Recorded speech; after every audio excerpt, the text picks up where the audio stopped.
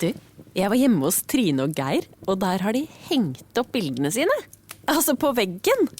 Det ser faktisk veldig bra ut, altså. De står liksom ikke bare opp mot veggen på gulvet, sånn som her hos oss. Men ja, så det var bare det.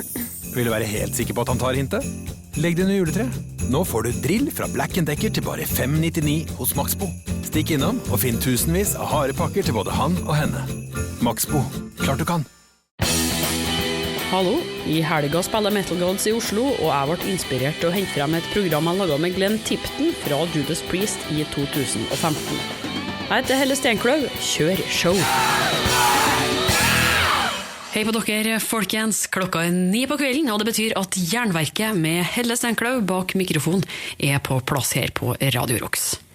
Den 2. juni spiller Judas Priest i Oslo, og vi har klart å få selveste Glenn Tipton på tråden, gitarist i Judas Priest gjennom mer enn 40 år.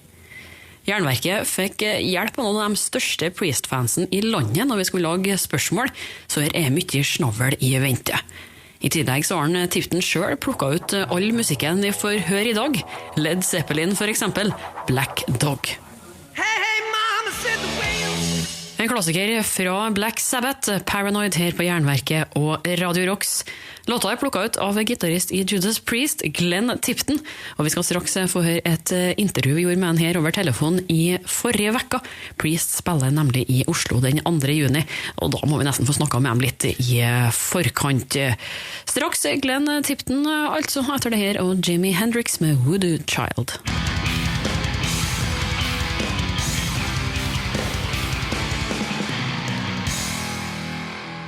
Kunne ikke være noe annet enn Jimi Hendrix der, Voodoo Child på Jernverket og Radio Rocks. Og i dag er det gitarist i Judas Priest, Glenn Tipton, som er gjest over telefon, og gjeste-DJ her i Jernverket. Vi tok en prat med han over telefon i forrige vekka, og fikk hjelp av noen av de fremste Judas Priest-fansen i landet til å ordne spørsmål. Så vi kjører bare rett på, med opptak av intervjuet.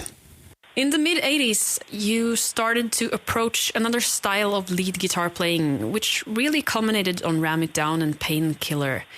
Was this a conscious effort or just a natural development as a musician? It's probably I just realized that I'd finally got to practice. Being a very lazy person, you know. I suppose I tried to keep alive on natural ability. But then I realized it's time to get my head down and really put some time in on the guitar. You know. I was a late starter on the guitar anyway. I didn't start to play the guitar until I was about 19. No, I just put a lot of work in. You know, you come to realize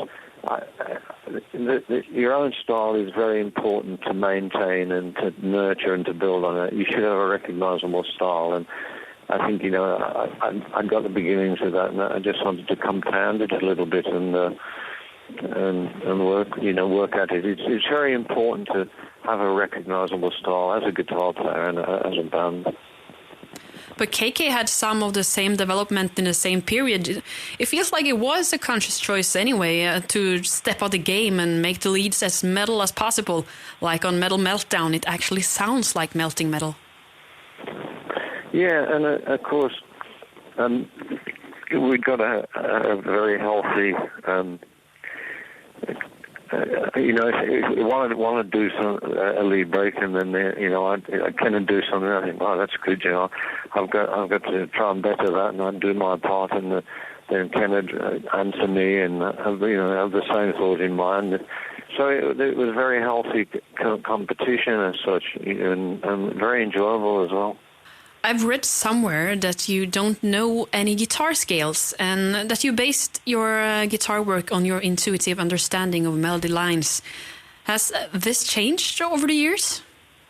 No, not really. When I say I don't know scales, I obviously do, you know the scales, but I don't sit and practice scales. I've never been a scale guy, you know. That's probably wrong, and I'm not recommending that any young guitar players ignore the scales. It's a good way to learn to play the guitar, but it's never interested me to sit there and play scales all day. I think at the end of it, you only get to what other people do, and it's done in the same way. And I think it's much more important that the music comes from your heart and soul and your fingers, really.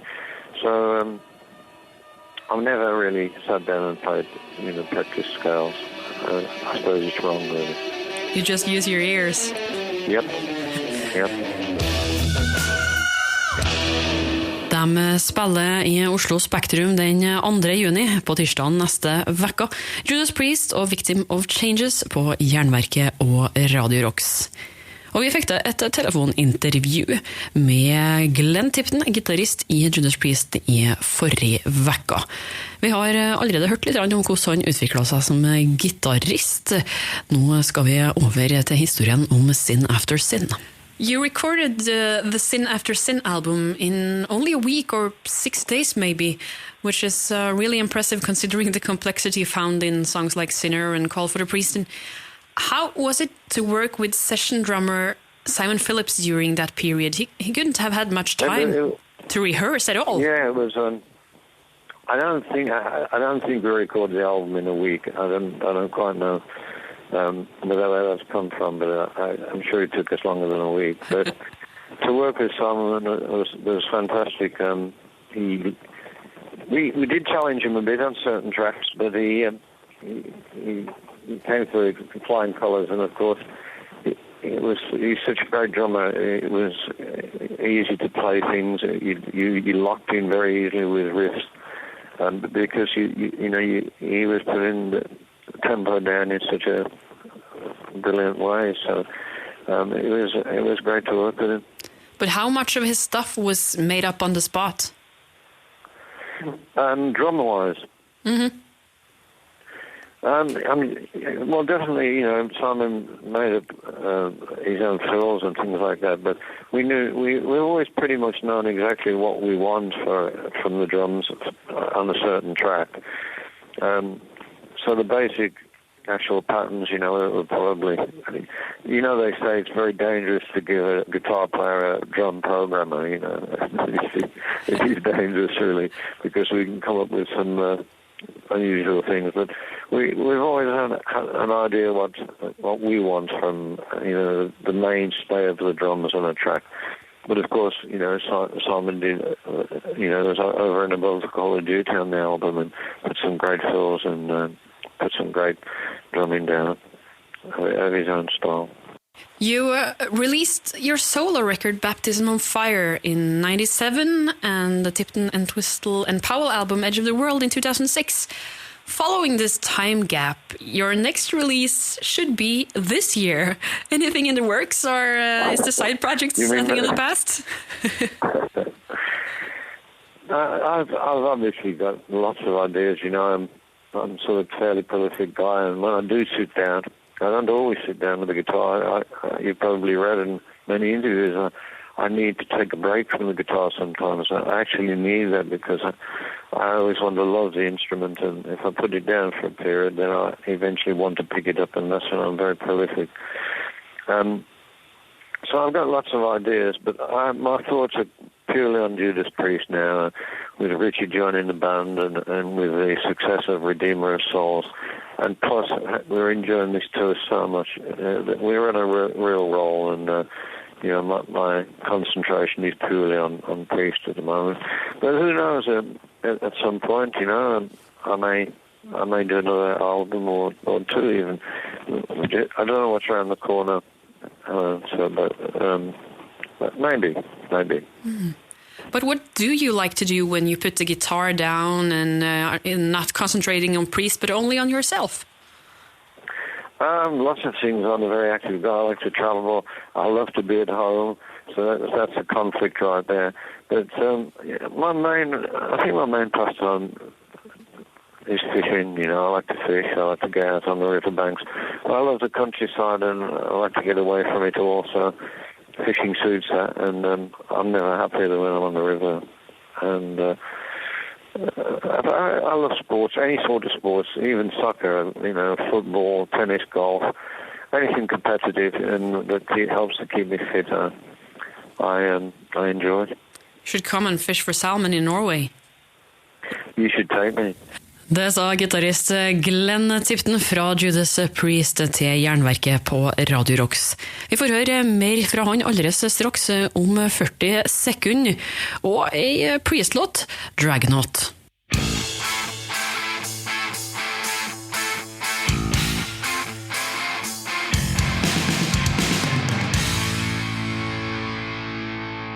Judas Priest kom ut med nytt album i fjor. Det heter Redeemer of Soul, så derifra hørte vi Dragonaut. Da er det på Jernverket og Radio Rocks. Vi fikk gitarist i Judas Priest, Glenn Tipton, på tråden i forrige vekka, og fikk hjelp til å lage spørsmål fra noen av de største Priest-fansen i landet. Du, jeg var hjemme hos Trine og Geir, og der har de hengt opp bildene sine. Altså på veggen. Det ser faktisk veldig bra ut, altså. De står liksom ikke bare opp mot veggen på gulvet, sånn som her hos oss. Men ja, så det var bare det. Vil du være helt sikker på at han tar hintet? Legg det under juletreet. Nå får du drill fra Black & Decker til bare 5,99 hos Maxbo. Stikk innom og finn tusenvis av harepakker til både han og henne. Maxbo, klart du kan. Over 70% av alle nye nettsider er laget kun for å svindle oss. Er du sikker på at du klarer å gjennomskue alle? For sikkerhetens skyld har vi inkludert viktige sikkerhetstjenester i våre mobilabonnement, slik at du blant annet kan surfe sikrere. Bli tryggere med mobilabonnement fra Telenor. Se telenor.no. Og vi var jo nødt til å spørre hvordan det har gått med Richie Faulkner, som hoppet rett etter Virkola, bokstavelig talt, når han tok over gitarene etter KK Downing. A lot of your fans were, of course, skeptical about Richie joining in the band, including myself, as KK, Rob and you have been the true core of the band since the beginning, but it worked out really well. I saw you 3 dates on the Epitaph tour, and Richie was on the point the whole time. How has the change influenced your approach to songwriting? Is the process the same as it was before, or how do you do this now? It's unbelievable, really, because we never thought, to be honest, that we would be able to continue. When Ken decided to retire, it was a big blow to the band. But we found Richie, and I said it so many times, it was like a small miracle, really, because I don't think, we would have carried on if we hadn't found Richie. And I couldn't believe it, when he walked through the door, he seemed right. When I heard him play, I was completely bowled over. But the most magical thing was the way he fitted into the writing team. As you say, myself and KK and Rob have always been there. We've written some classic songs between us, and I thought, well, if the writing team is disrupted, will it carry on? Will it work? And it did, and everything that Richie brought to the table was so Priest. We couldn't believe it, and it just worked out so well. And I think,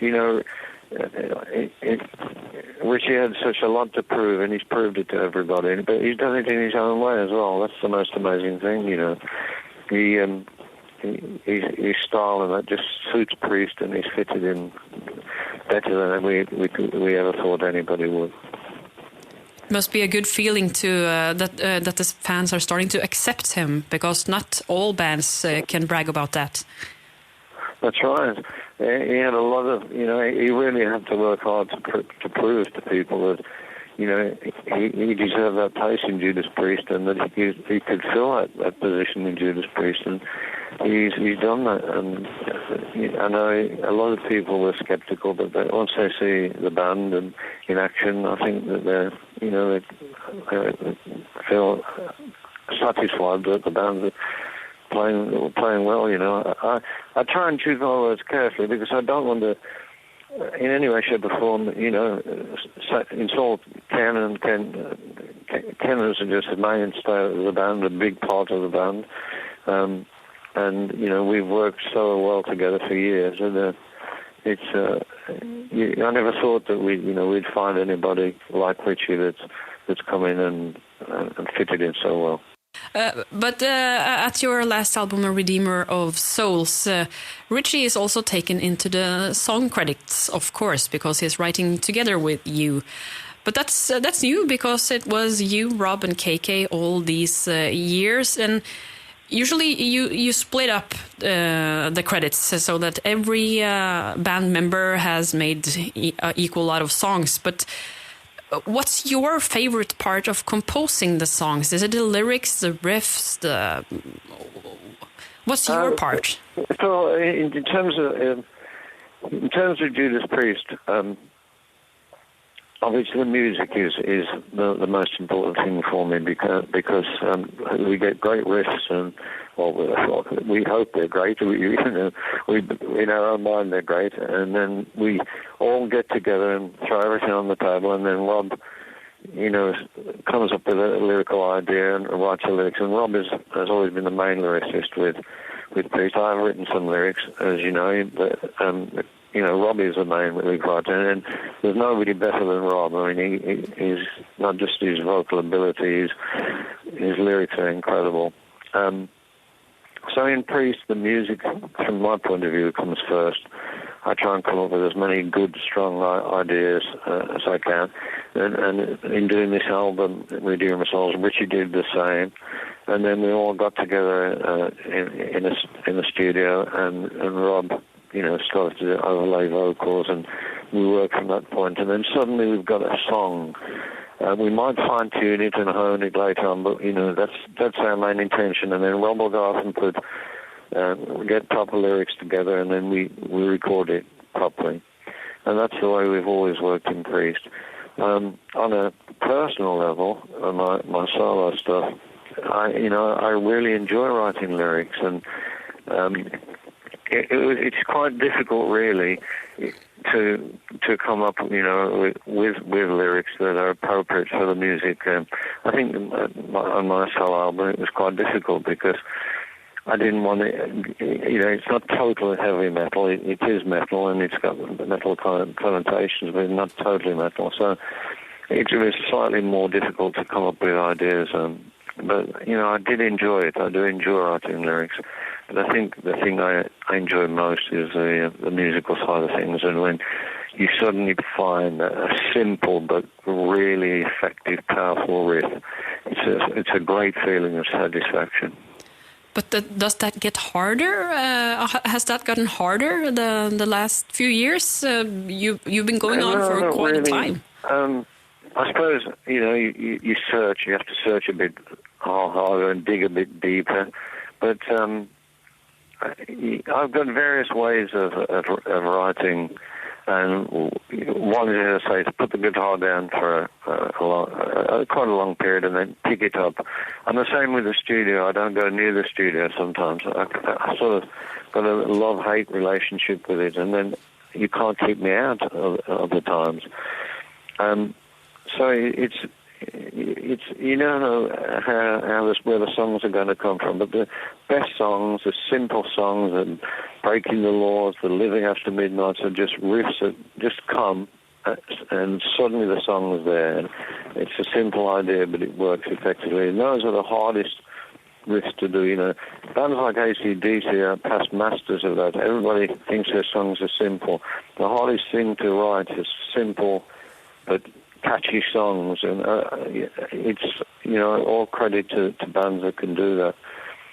So I think really it's just a case of trying to get inspired. I listen to lots of things, film themes, you name it. I even buy new effects sometimes. If you get a new effects pedal, you tend to plug in and play something that new sounds inspiring. So we've got to find ways to get inspired, and that's what I try to do. Titelsporet fra den siste plata til Judas Priest, Redeemer of Souls, som kom ut i 2014. Dette er Jernverket på Radio Rocks. I forrige vekka så plinga vi på Judas Priest-gitarrist Glenn Tipton, som har vært med i bandet siden 1974, og altså fra den første plata deres som kom samme år, Rock'n'Roll heter den. Vi måtte nesten høre med han om hva slags musikk han var inspirert av, utenom metal-sjangeren. Well, as I say, I still play stuff like the Beatles. I play classical music. I love classical music. I love film themes, and I just find them so dramatic and so inspiring. And as I say, when you couple them to average footage, you've got something very magical. And so I love film themes a lot, and classical music as well. Particularly on rainy days, which we get a lot of in England, I like to say, and just listen to classical music. But all sorts of bands. Somebody else just asked me the question, and I can't even pronounce the names of some of them. There's so many great bands coming out of Europe now. So I do keep my ear to the ground, but I try and get my inspiration from other areas than metal, and any good songs. Any good songs at all. I've got time for, because they've been written, well constructed, the compositions there, and they're doing the job, which is fulfilling people's needs, audibly out there, and people love music. So I think there is no actual genre that I listen to. I listen to music across the board. Det sa gitarist i Judas Priest, Glenn Tipton, til Jernverket på Radio Rocks. Det var han som har plukket ut all musikken i Jernverket i dag, og vi sleit litt med å finne ut hva han egentlig sa når han trakk frem et eller annet fra Rory Gallagher, så vi måtte faktisk ut på Facebook og Twitter og spørre dere der ut om dere kunne tyde det han sa her. I personally, one of my favorite guitar players is Rory Gallagher. And Dual Carriageway was a great album. Det gir mening når du vet hva du skal lete etter. Det var gitarist Glenn Tipton fra Judas Priest der på Jernverket og Radio Rocks. Her kommer Taste med Dual Carriageway Pain, en låt som jeg aldri hadde funnet frem til hvis ikke dere hadde hjulpet meg. Takket være internett fant vi ut at Glenn Tipton fra Judas Priest ønsket å høre Taste med Dual Carriageway Pain. Du hører på Jernverket og Radio Rocks. Mer musikk etter Glenn Tipton sin smak om 24 sekunder. Led Zeppelin. Du har hørt et telefonintervju med Glenn Tipton fra Judas Priest, utført for Jernverket sommeren 2015. I snakkende stund Beyond the Gates sin Army of the North Star Tour på trappene. Enslaved, Gals, Vyrd og Vreid skal ta med seg Hordom Rife på 2 datoer i november. I Oslo den 3. og i Bergen den 30. Derfor passer det bra med et Hordom-gjenhør neste fredag. Når den ferdig miksa og mastra, og vi har sagt at det her blir bra, vi fornøyd, da plata ferdig for min del. Da går jeg videre. Jeg heter Helle Stenkløv, og Jernverket podcast gir deg et nytt eller gammelt hardrock-intervju hver fredag. Abonner via podcast-appen din, eller hør det på jernverket.com. Ellers så oppfordrer jeg deg til å følge Jernverket på Facebook og Instagram for å få med deg ryktene, konkurransene og diskusjonene. Akkurat nå kan du vinne månedens utgivelse fra Katakomben platebutikk, ei Leonov-plat eller billetter til Kadaver og Monolord. Vi høres! Du, jeg var hjemme hos Trine og Geir, og så fikk jeg sånn ekte god pizza. Sånn som du elsker. Og jeg bare, hvordan har dere fått til dette her, da? Og de bare, ikke med vanlig stekeovn i hvert fall. Sånn som vi er. Så... Vil du være helt sikker på at han tar hintet? Legg det under juletreet. Nå får du pizzaovn til bare 2990 hos Maxbo. Stikk innom og finn tusenvis av harde pakker til både han og henne. Maxbo. Klart du kan.